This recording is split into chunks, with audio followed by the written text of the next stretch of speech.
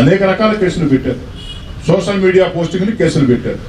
అదేవిధంగా ఉగ్రవాదుల్ని సమర్థించే రీతిలో, దేశద్రోహాన్ని పెంచే రీతిలో వారు ఒకే మాట చెప్పారు, నాకు దేశభక్తి లేదు.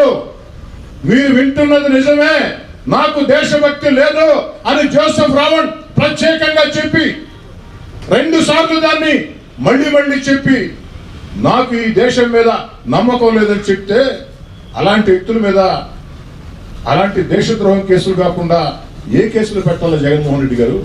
అయినా కేసులు పెట్టారు. ఏ కేసులు పెట్టారా, ఏ కేసులు పెట్టలేదా న్యాయస్థానాలు చూసుకుంటాయి. న్యాయస్థానాలు కుదిరేద్దాం.